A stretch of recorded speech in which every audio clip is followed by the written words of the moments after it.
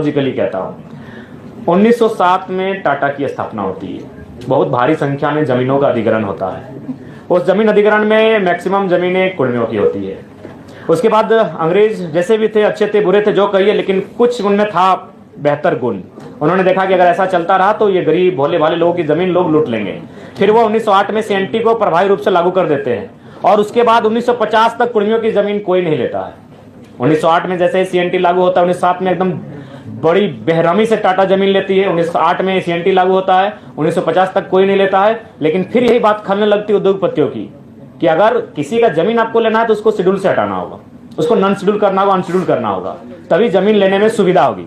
और 1950 में शायद दिसंबर का महीना या सितंबर का महीना उन्हें विदाउट नोटिफिकेशन के जैसे ही बाहर किया जाता है, 1951 में लगभग 50 कुर्मी गांव विस्थापित कर दिए जाते हैं एक झटके में। नाम होता है सिंदरी, जिसको आज हर्ल के नाम से आप जानते हैं। दौर शुरू हो जाता है।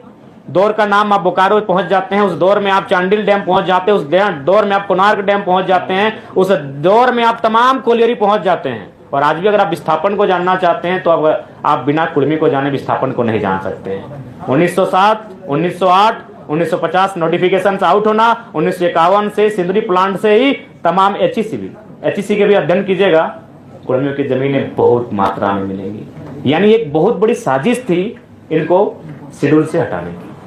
अब देखिए विवाद ये होता है कि ये कौम अगर यहाँ एंट्री करती है तो इससे आदिवासी जो कौम अभी यहाँ है, अच्छा उसके बाद लोग तर्क देते हैं पहले 32 थे अब 36 हो गए, बाकी जो 4 हैं किन्हीं ने अपोज नहीं किया, लेकिन इनको लगता है कि नहीं ये थोड़ा सा आबादी में ज्यादा है। तो मैंने बार बार कहा कि एक रास्ता तैयार कीजिए। भारत एक ऐसा देश है जहां पशु पक्षियों का अधिकार है।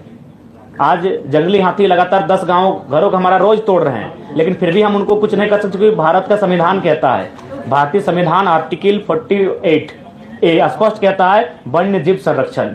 तो जिस देश में जीव जंतुओं को जीने का अधिकार है, अगर ये कुर्मी कौम जो आज धराशायी होने को, आज जिसने इस झारखंड को बनाने के लिए अपना सर्वस्व दे दिया, आज अगर वो एक अपनी पहचान मांग रहा है तो एक विकल्प का रास्ता तैयार कीजिए कि विवाद ना हो। इसीलिए मैंने जोर दिया कि 2016 से पहले ईडब्ल्यूएस नहीं था, एक नया कॉलम आया, देश ने स्वीकार किया, आप एक नया कॉलम लेकर आए, फार्मिंग ट्राइब्स, एग्रीकल्चर ट्राइब्स, कुछ भी नाम दीजिए, और एक नए कॉलम के साथ एक नया सुरक्षा उनको दीजिए, क्योंकि वो कौम खेतीहर है।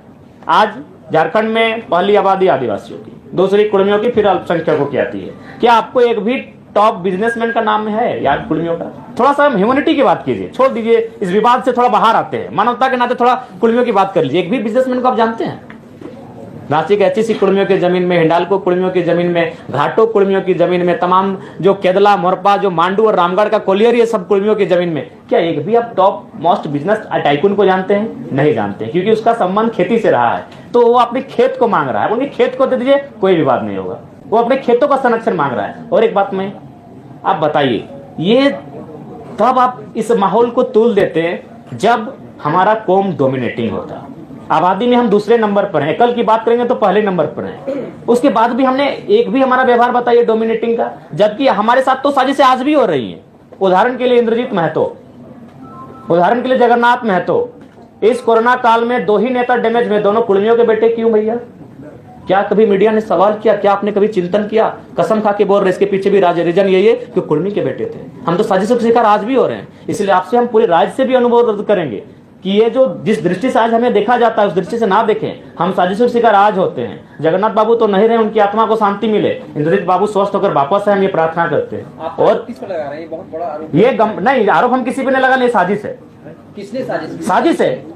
आप उस पर टीम बनाए, टीम गठन करें, साजिशों पर पर्दाफाश करें। सुधीर महतो डिप्टी सीएम रहते हैं, रसगुल्ला खाते हैं और मृत्यु को प्राप्त कर जाते हैं। विनोद बिहारी महतो झारखंड के पुरोधा महानायक, ट्रेन में बैठकर जाते हैं संसद भवन, उनके शरीर का रंग नीला पड़ जाता है, लेकिन कोई जांच की मांग नहीं उठती है, उनके शरीर का पोस्टमार्टम तक नहीं किया जाता। आज उनका भाई जिनता है, उनका इंटरव्यू ले लीजिए, उनका शरीर का रंग चेंज हुआ था कि नहीं हुआ था। अरे हम आज भी साजिशों के साथ हैं भैया।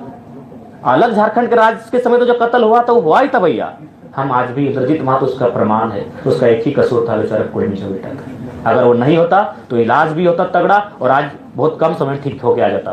हालांकि हम अभी भी प्रार्थना करते हैं, आप भी प्रार्थना कीजिए वो ठीक होके आए। तो हमारे साथ भैया साजिश आज भी हो रही है। जब भी झारखंड का टॉप लीडर का मर्डर हुआ है तो याद रखिएगा वो कुर्मी का बेटा होता है। सांसद Sunil Mahto, central president of Jharkhand Mukti Morcha निर्मल महतो, कितने नाम गिनाए। तो इसलिए हम चाहते हैं कि हमारे कौम को लेकर जो दृष्टि बनाई जा रही है थोड़ा सा उसको पॉजिटिव बनाया जाए। हमारी लड़ाई संरक्षण की है, आप हमारी जमीनों को, हमारी भाषा को संरक्षण कर दीजिए, कोई विवाद नहीं रहेगा। ये नौकरियों की लड़ाई नहीं है। जमीन के संरक्षण के लिए कुर्मी को सीएनटी में डाला नहीं, सीएनटी के बावजूद अगर आप उस शेड्यूल से को हटा देते हैं ना तो प्रभाव कम हो जाता है। सीएनटी तो है, आधे छवि रंजन जैसे आईएएस पूरा लूट के चले जाते हैं। सीएनटी के साथ अगर वो शेड्यूल में होते तो आसानी नहीं होता जमीन अधिग्रहण करने का। क्योंकि हम पिपरवार गए थे, वहां के जो पदाधिकारी उनसे बात हुई कि अब 12 गंजू परिवार का जमीन आता है, 12 को जॉब देना हो, क्योंकि इनका अलग ही कानून है। गंजू थे कि भोगता याद नहीं आ रहा है, और जतरा वाले, टाना मगध वाले 12 आते हैं, 12 को जॉब देना होगा। क्योंकि शेड्यूल जो होता है उनका जमीन लेने में थोड़ा सा असुविधा होता है, आसानी से जमीन का हस्तांतरण नहीं होता है, तो इसीलिए 1950 में उनको साइड किया गया। एकदम लॉजिक प्रैक्टिकल, ज्यादा कोई विवाद मत कीजिए, एकदम सीधा। 1907 में टाटा का स्थापना होना, भारी संख्या में जमीन, भारी संख्या के 15,000 एकड़, और काम कर रही है मात्र 3,000 एकड़ में। 1908 में सीएनटी का लगना, 1950 तक जमीनों का ना लिया जाना, 1950 में इसको शेड्यूल से हटाया जाना, और 1951 में सिंदरी कारखाना तैयार हो जाना। बस सिलसिला शुरू। 1958 में, 1964 में, 1972 में, 1986 में वो सिलसिला शुरू। तो ये जो डिमांड है वो संरक्षण का है। हम लोग अगर गवर्नमेंट में आते हैं, क्योंकि भारत देश जहां आर्टिकल 48 ए कहता है जीव जंतुओं की रक्षा करना, तो हम लोग जरूर इस पर एक नया कॉलम, एक नई तरकीब लेकर आएंगे, ताकि विवाद का भी समाधान हो जाए और उनकी मांग को भी एक आजादी मिले, एक समर्थन मिले। आखिरी से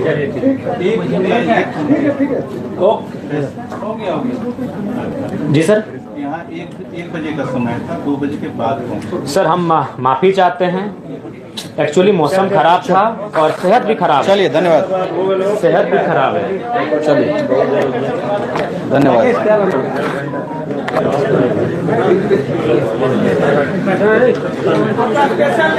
ले